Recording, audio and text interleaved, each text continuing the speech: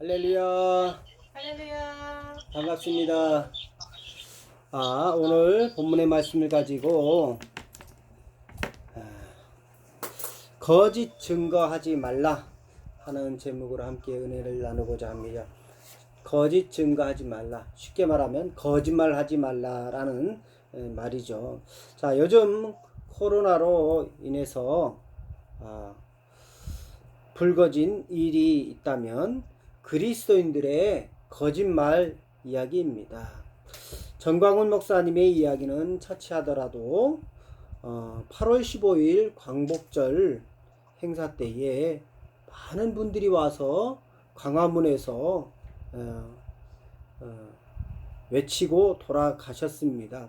그때 많은 분들이 코로나에 걸려서 또는 걸린지도 모르고 또 다른 분들에게 또 전파되는 그런 일이 발생했습니다. 그래서 방역 당국에서는 이런 분들이 어디에 계신지 그리고 와서 검사 받기를 그렇게 간구한 것을 우리가 너무나도 잘 알고 있을 것입니다.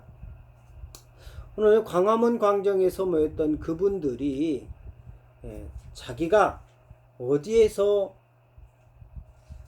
살고 뿐만 아니라 검사를 받지 아니함으로 말미암아 확진자가 되었는지 아닌지, 그래서 또 다른 사람에게 감염을 시킬 수 있는지 없는지 알지도 모르는 그런 상황 속에서 다른 사람들과 접촉함으로 말미암아 더 많은 사람들에게 오염을 시키고, 그래서 더 많은 사람들이 괴로움을 당하게 되는 그런 일이 발생하게 된 것입니다.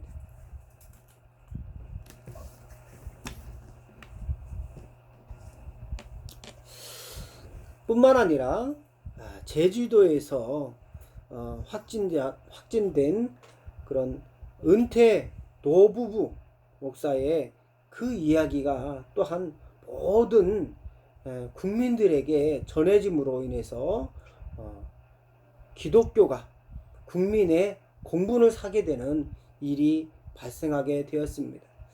자, 두 노부부의 은퇴 목사님이 은퇴하시고 나서 쉬시려고 그랬는지 제주도에서 좋은 오붓한 시간을 즐기신 것은 천만 이해합니다만, 그러나 그 이후에 벌어진 일 때문에 자신만의 그런 두려움 때문이었는지는 몰라도 그 동선을 솔직하게 말하지 아니하셔서 다른 사람들에게도 그 온천장으로 그 온천욕장으로 가서 다른 사람들도 확진이 되게 되는 그런 일이 발생하게 된 것입니다. 자, 오늘 성경은 본문에서 출애굽 이스라엘 백성들 출애굽하고서 시내산에서 하나님이 모세에게 두 돌판, 즉 십계명을 기록한 두 돌판을 모세에게 주시고, 그 모세가 그 두 돌판에 기록된 십계명으로 이스라엘 백성들을 다스리도록 주셨습니다. 여기에서 십계명은 하나님의 자기 백성을 다스리는 하나님 나라의 통치 근간이 되는 것입니다. 그래서 요즘과 같은 헌법과 같은 기능을 충분히 하는 그런 율법인 것이죠. 그리고 다른 말로는 질서라고도 할 수 있습니다. 하나님은 모세와 여호수아에게 민수기에서 또 신명기에서 너희가 들어갈 가나안 땅에서 율례와 법도를 지키게 되면 하나님이 함께하는 복을 주시겠다고 말씀하셨습니다. 오늘 하나님께서 함께 하신다는 그 복은 하나님이 주셔서 누릴 수 있는 모든 복들을 이야기할 수 있습니다. 그러나 이스라엘 백성들은 어떻게 했느냐? 하나님의 율법을 저버렸습니다. 하나님의 법도를 저버렸고, 그러므로 말미암아 우상숭배뿐 아니라 같은 이스라엘 민족에게도 수도 없는 고통을 주게 된 것입니다. 그 중에 하나 오늘 16절에서 말씀하시는 내 이웃에 대하여 거짓 증거하지 말라 하는 이 말씀도 굉장히 같은 백성이면서도 괴로움을 주게 되는 그런 일이 되어진 것이죠. 요즘으로 말할 것 같으면 코로나19가 누구에게도 전파될 수 있는 그런 가능성을 가지게 된, 보이지도 않고 냄새도 없는 그것이 은근히 전파되어 많은 사람들에게서 생명을 앗아가기도 하는 아주 두려운 존재가 되었는데, 그것이 바로 우리 그리스도인들을 통해서도 많이 전파되어 또 다른 사람에게 고통을 주게 있다라는 것이죠. 자, 출애굽기에서 또 다른 23장, 출애굽기 23장 1절 2절에서 보면 이 거짓말하는 것, 이 거짓말하는 것이 개인과 개인 간의 거짓말이 아니라 그 이상의 것도 포함합니다. 즉 너는 거짓된 풍설을 퍼뜨리지 말며 악인과 연합하여 위증하는 증인이 되지 말며, 2절에서 보면 다수를 따라 악을 행하지 말며 송사의 다수를 따라 부당한 증언을 하지 말라라고 말씀합니다. 이것은 바로 법정에서 거짓 증거를 하지 말라는 것이죠. 때로는 나 혼자 거짓말을 하지 않고 다른 사람들과 함께 있을 때 다수결의 원칙에 따라서 이렇게 말씀드리면 좀 이해가 갈까요? 네, 다른 사람들이 다 이렇게 거짓말하니까 나도 이렇게 하자, 따라가는 식의 그런 거짓말을 한다는 그 자체도 안 된다는 것입니다. 그러므로 억울한 사람이 발생되어지고 그 억울한 사람은 생명을 잃게도 되고 재산을 잃게도 되는 것이죠. 자, 좀 더 포괄적으로 말씀드린다면 이러한 거짓말은 바로 나라의 질서가 흔들리는 큰 위험이 있게 됩니다. 성경 다니엘서에서 보면 그 다니엘은요, 이스라엘이 온갖 범죄로 말미암아 하나님께 진노의 공분을 샀죠. 그래서 하나님은 남유다를 바벨론에게 망하게 합니다. 이 바벨론에게 망하게 된 남유다는 먼저 아주 똑똑한 젊은이들이 바벨론에 끌려가게 돼요. 이 바벨론에 끌려간 이 젊은이 다니엘과 그리고 그 세 친구들에게 하나님을 믿지 말고 신을 섬기라 그랬어요. 그래서 다니엘은 신을 섬기지 않고 하나님만 섬기게 되었습니다. 그때 그 왕이 다니엘을 사자굴에 넣게 되지요. 뿐만 아니라 아주 뜨거운 불에도 넣게 되는데, 중요한 것은 다니엘을 시기하고 미워하는 사람들이 있었다는 것이죠. 그 시기하고 미워하는 사람들, 이 왕이 다니엘을 너무나 좋아하기 때문에 시기하는 그 사람들의 그 괴계로 말미암아서 다니엘이 사자굴에도 들어가고 또 뜨거운 불에도 들어가게 됐는데, 중요한 것은 이 왕이 한 말은 다시 거둬들일 수가 없다는 것이죠. 이렇게 왕이 한 말은 다시 거둬들일 수 없는 이 일 때문에 다니엘은 사자굴에도 들어가고 불에도 들어갔지만 하나님이 그와 함께 하시니까 머리카락 한 올도 타지 않았을 뿐만 아니라 사자들이 오히려 마치 고양이가 된 것처럼 다니엘과 그 세 친구들의 그 품에서 아주 조용하게 있었습니다. 자, 여기에서 볼 때 그 왕은 다니엘을 구원해 줄 수도 있었습니다만 그러지 않았어요. 왜 그러냐면 왕이 한 말은 즉 법이기 때문에 그렇습니다. 예. 우리말에 이런 말이 있죠. 남아 이러는 중천금이다. 예. 바로 이러한 말과 일맥상통합니다. 남아 이러는 중천금이다.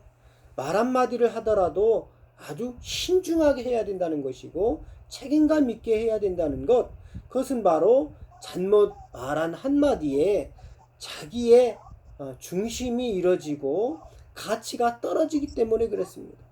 왕이 그 말을 뱉었다가 다시 번복하고 그렇게 된다면 신하들 앞에서 위신이 깎이게 되고 나라가 흔들리게 되는 그런 경우가 생겨버리게 되시는 것입니다. 거짓말에 대한 예화로 가장 우리가 잘 아는 이야기가 있습니다. 양치기 이야기가 있지요. 이 양치기가 하루는 너무 심심했습니다.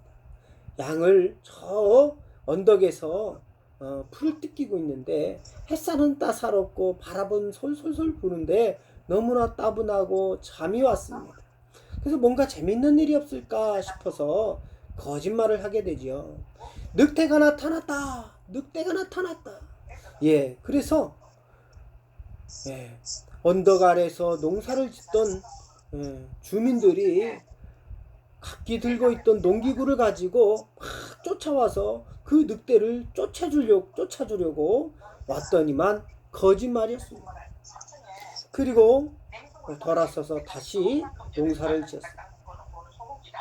자, 그리고 두 번째 거짓말. 늑대가 나타났다. 늑대가 나타났다.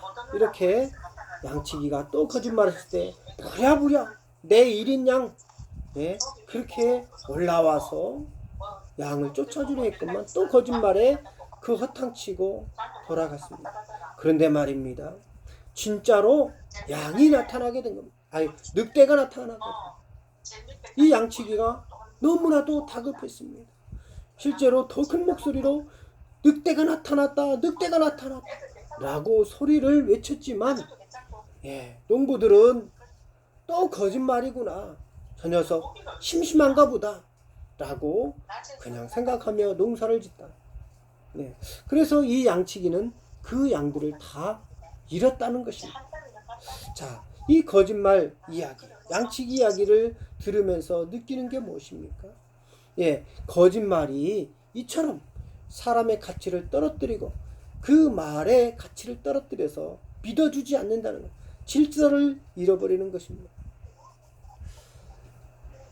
성도 여러분, 오늘 하나님 나라는 어떤 나라입니까? 질서의 나라입니다. 하나님은 질서를 통하여서 나라를 다스립니다. 그 질서를 십계명을 통해서 유지하고 계십니다. 십계명의 구계명대는 내 이웃에 대하여 거짓 증거하지 말라. 다른 말씀으로도 중요하지만 이 말씀도 굉장히 중요한 것은 바로 국민들 간의 화합이 깨진다는 것이죠. 거짓말하는 사람, 누구도 믿어주지 않는 사람, 신뢰하지 않는 인생, 그렇게 될 때 하나님의 나라는 깨어지고 마는 것이고 나라는 망하게 되는 것입니다. 자, 요즘 TV에서 보면 핫한 뉴스가 있습니다. 저는 정치인이 아닙니다. 여당도 야당도 아닙니다. 목사는 여당과 야당 그 이상을 초월하여 하나님의 나라의 말씀을 대언하고 또 선포하는 자입니다. 자, 추미애 법무장관의 이야기입니다. 좀 더 깊이 들어가서 그 아들의 병력 비리 이야기죠.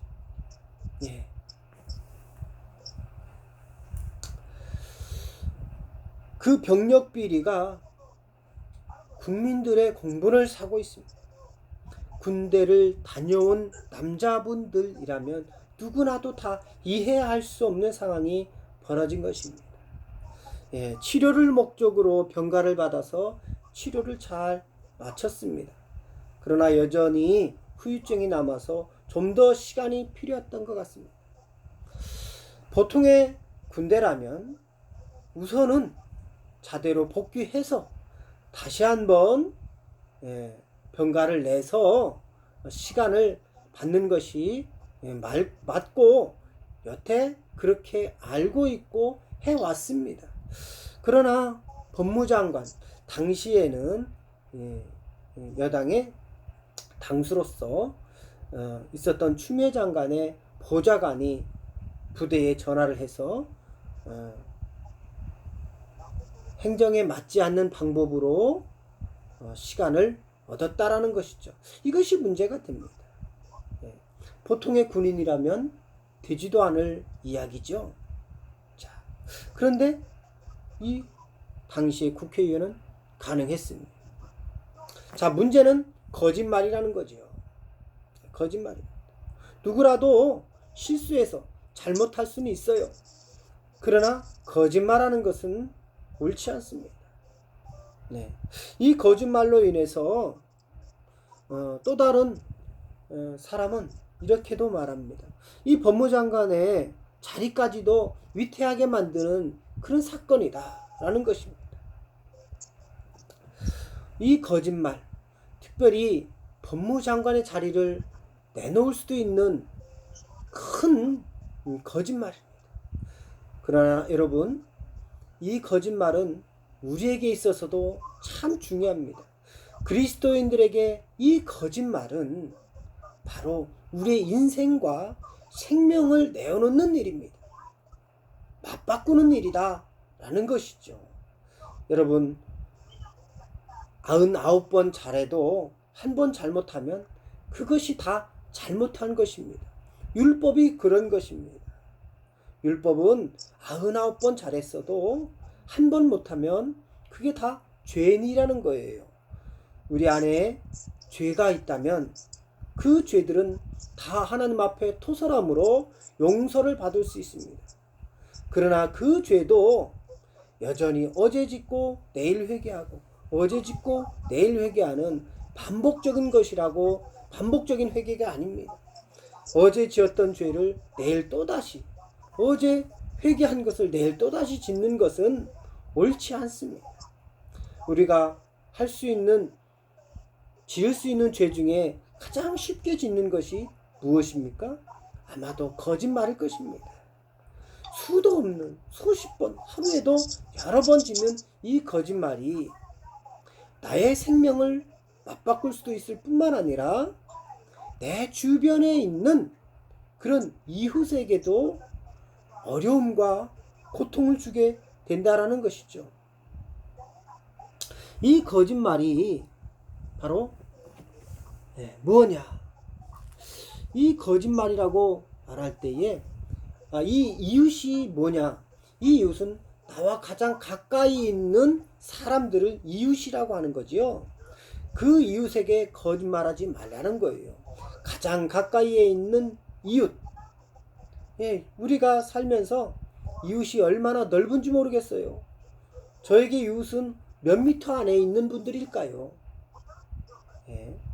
잘 생각해보면 그 이웃들에게 내가 거짓말을 하고 산다? 그러면 나는 설 자리를 잃어버리게 될 겁니다. 이사를 자주 다녀야 할 것이에요. 오늘 우리에게 있어서 거짓말은 생명입니다.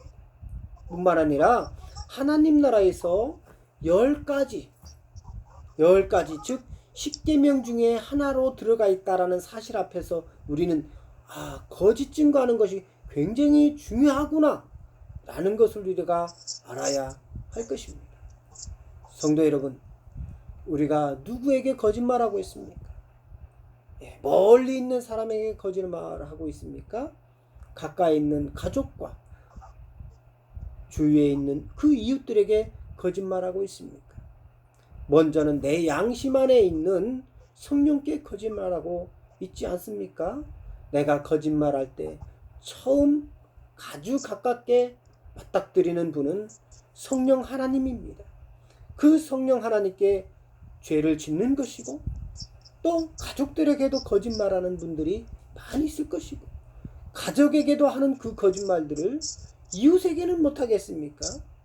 성도 여러분, 우리는 이 거짓말이 작다라고 생각할 것입니다. 그러나 그 작다라고 여기지게 하는 그 생각은 마귀가 주는 생각입니다. 우리는 작은 거짓말이 큰 거짓말을 낳습니다. 작은 바늘도둑이 소도둑 되는 것처럼 거짓말을 밤낮 없이 쉽게 생각하는 사람은 그 거짓말에 좀 더 큰 격이 되는 사기도 칠 수 있게 됩니다. 성도 여러분, 이 작은 거짓말이라고 여기지 말고 이것이 내 생명과 그리고 뿐만 아니라 하나님 나라의 질서를 흐트리게 되는 큰 사건이 되어줄 수 있다라는 생각을 꼭 기억하시고 우리 입속에 한마디의 거짓말도 입 밖으로 내지 않아 하나님 나라가 견실히